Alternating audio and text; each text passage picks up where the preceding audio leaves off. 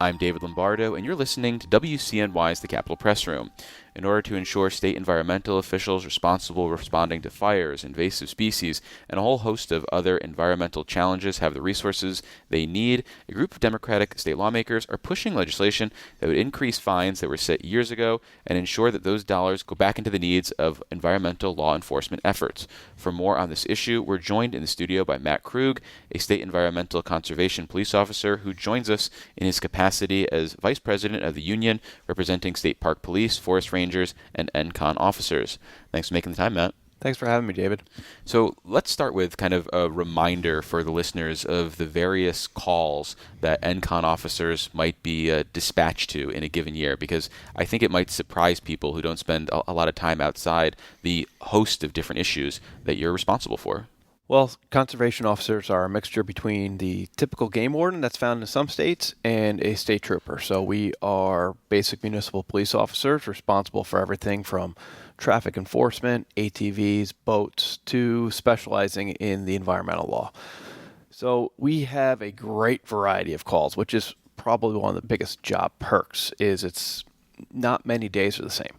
We respond to nuisance and rabid raccoons. We go to dump garbage complaints, deal with deer jackers. Downstate, you're going to deal with a lot of the commercial fisheries, endangered species trade in New York City, to smoking trucks, pesticides. You name it, we do it, essentially. And the complaints change seasonally. In the spring, we might be dealing with filling in the wetlands and the burn season every year. We have a burn ban March 15th to May 15th every year because that's the highest chance of forest fires. Mm-hmm. And then late April and May, you're dealing with pesticide applicators. I mean, they are spreading a poison down on people's lawns. So there's a host of different laws to make sure that children aren't being exposed to that. To dealing with truck traffic, especially down in the New York City area, is huge. It's idling diesels and smoking trucks lead to a much, much higher rate of asthma downstate, where it's like 1 in 3 children in environmental justice areas have asthma, which is just tremendous. Well, thinking about the resources that your members have to address these concerns, we've talked in the past about issues with not enough bodies, but also not enough basic equipment, having to borrow things, fundraise for things.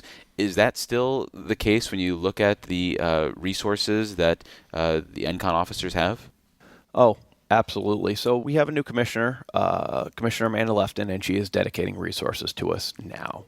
However, in the past decade or so, we've been completely underfunded and understaffed, and it's going to take a while, and even it's going to cost more now to make up for those losses. Certain pieces of equipment are older than the officers we're hiring now. The boat assigned to me is my boat assigned is in '94. It's constantly taking on water, constantly in the shop. The snowmobiles assigned, they quit making parts for 8 or 9 years ago because they are 24 years old. So that's emergency equipment that's flat out unreliable. But they're starting to make purchases again, which is great. But we're trying to push this environmental enforcement bill where environmental fines will supplement enforcement in the future, basically holding poachers and polluters accountable for further enforcement, but also to provide money when there's budget shortfalls. When budget shortfalls happen in the New York State budget, we don't have, our vehicles aren't ordered. They don't hire new officers. They don't replace ATVs, snowmobiles, and other emergency equipment. And when you have years of that potentially happen, to replace those outdated pieces of equipment gets even more expensive. Well, thinking about this pending legislation, it would seem to make sense to have a cycle of fines going back into your enforcement needs because there are a lot of issues with the status quo. For starters, the fees haven't kept up with inflation, but also the fact that the money that is collected isn't dedicated to your needs and instead goes into a general fund that can be swept away for other purposes. By potentially increasing fines for various environmental conservation law violations by 50% while excluding hunting and fishing violations, how would you want to see that money used? And do you have any specific funding needs? Well, as this law is written, that fine money will be diverted to an environmental enforcement fund to hire special prosecutors. Mm-hmm. That is the really key piece to this whole piece of legislation, is to make sure that Current environmental enforcement is prosecuted fully. Going through local criminal courts, a town judge to local district attorneys, a majority of our cases are under prosecuted because the local district attorneys who are responsible for prosecuting these cases, they don't understand the science behind it. They don't understand why there's limits to how many deer you can take, to why you can't, you need a special pesticide applicator license to apply pesticides in New York State, and why we don't want poison going into people's wells, or the science behind that. So that is one of our biggest challenges, is fully prosecuting some of these corporate crimes, some of these big-time dumpers that will literally pull up to a farm, offer a farmer $5,000 to dig a hole, and say, hey, can we bury all this toxic waste here? They might not say it's toxic, but the farmer's going to take the cash. And that's happened a lot, especially for contaminated materials coming out of New York City, going into the Catskills, going out to Long Island. And you mentioned the idea of utilizing special prosecutors. And we've seen with, say, the Justice Center that there were legal cases to restrict their authority and ensure that they were working just with local prosecutors and not necessarily going out and prosecuting cases themselves. Is that something that you're focused on here, ensuring that they are sort of a support for local prosecutors, or do you envision them as potentially replacing local prosecutors and bringing their own cases somehow? I would like them to replace local prosecutors and specialize for, a county or two counties, depending on how busy it is, to just prosecute our cases there and be the professionals. They understand the science, they understand the law, and that would be a huge help as far as environmental protection goes. And in terms of adding money to this initiative, I think it's important to note some language in the bill which stresses that this should be used to supplement and not supplant funding for the enforcement of the environmental conservation law. How big of a deal is that type of caveat? That's huge. So I've foiled our budgets over the years for Division of Law Enforcement, and outside of essentially collective bargaining, which is personnel costs, our budgets for overtime, our budgets for equipment have basically stayed stagnant over the last 25 years. So if you only have $500,000 to purchase equipment for a 300-person agency, that $500,000 in 2001 could purchase a significant amount of equipment. In 2026, with inflation, snowmobiles, ATVs, they cost 2 or 3 times that as what the cost was in 2001. So that's really, really important. The same thing as we have an overtime budget was $5 million back in 2001. That essentially hasn't changed. However, the hourly rate for officers has gone up with inflation so that people can afford to live here. But that number also hasn't changed. So you're getting fewer overtime hours for proactive details. That could be truck enforcement in New York City. It could be patrolling the Hudson during striped bass season, just for additional patrols and manpower to make up for our staffing deficits. Well, under the status quo, where fines and fees don't necessarily go back into these enforcement efforts, an argument could be made that it doesn't necessarily incentivize NCON officers to enforce fines and fees because the money isn't going to go back into their work. This new dynamic, though, ensuring that it is going to enforcement efforts, might potentially lead people to be more aggressive with the enforcement efforts so that they are collecting more revenue. So how do you strike that balance to ensure that you're using the additional resources to only go after the bad actors and not, say, nickel and dime people, so to speak? So we have the same, actually, we have less staffing than since 2008. So the actual enforcement being done, especially with the discovery and bail reform, is down since 2008. So the cases that we are bringing forward have a tremendous amount more evidence.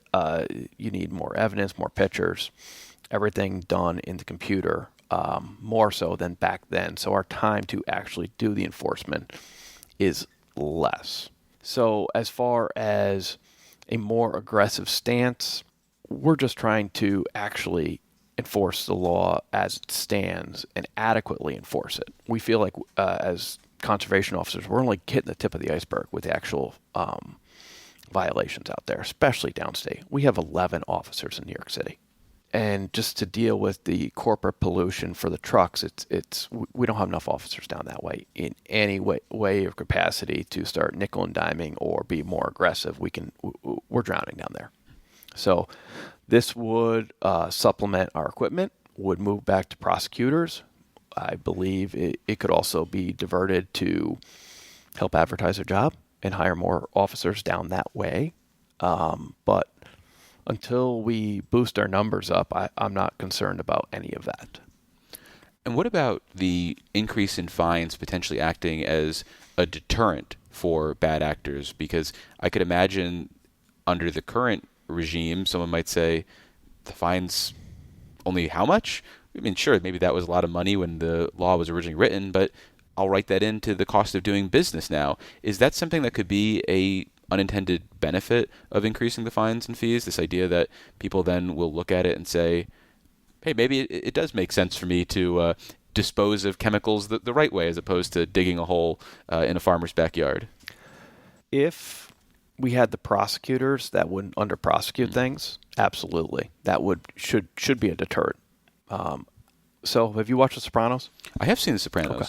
So what does Tony Soprano do? He's in waste management. Okay. So and anyone who says differently is an anti-Italian person. Well, in that he's dealing with waste management. In the show, they will show where asbestos is dumped in a wetland.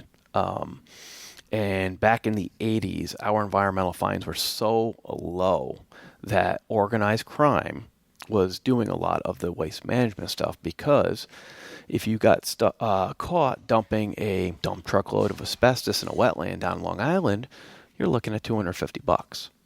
It was the cost of doing business, and if you got caught, that was chump change for what they were making. So back in the 80s, they actually increased the environmental fines for a lot of the solid waste stuff.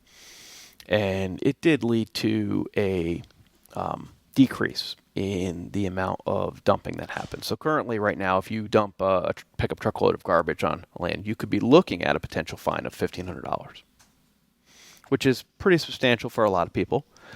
And that does deter people. But when we get through the local courts, if you could get a $1,500 fine, would be, I don't think it would happen. You're looking at, in these courts, you might get a $100 fine, $200 fine, but it's usually significantly less than you would get for speeding, especially after court surcharges and different things. Well, lastly, since you brought up The Sopranos, we've got a real glut of television shows covering every single branch of law enforcement, it seems. Would you like to pitch an ENCON officers TV show to the people at CBS who might be watching right now? I mean, what do you envision, and do you think a Matthew Krug type could be a series lead? I think that would be up to my management, and I think they've been approached in the past we've been approached for doing TV shows. Really? We have been, and that's been denied. Dick Wolf brings you ENCON. Bum bum. If Brad Pitt wants to, be my character, that would be adequate. Brad Pitt really shooting for the moon there, huh? Hey, he can show up and he can go after environmental criminals on TV. So not like Corey Stoll, just thinking about kind of the baldness. You feel like someone more follically endowed could handle this? I think follically endowed. We're supposed to keep our hair short. That's a portion of it. Jason Statham, maybe he could do that.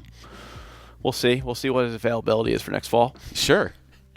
Well, we've been speaking with Matthew Krug. He is an environmental conservation police officer who's speaking with us in his capacity as vice president of the union representing state park police, forest rangers, and ENCON officers. Matt, thanks so much for making the time. Really appreciate it. Thanks, David. Appreciate it. Thanks for listening to today's edition of the Capitol Press Room.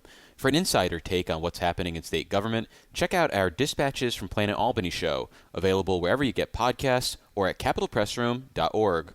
Join us again for Capitol Press Room, a production of WCNY Connected, Syracuse.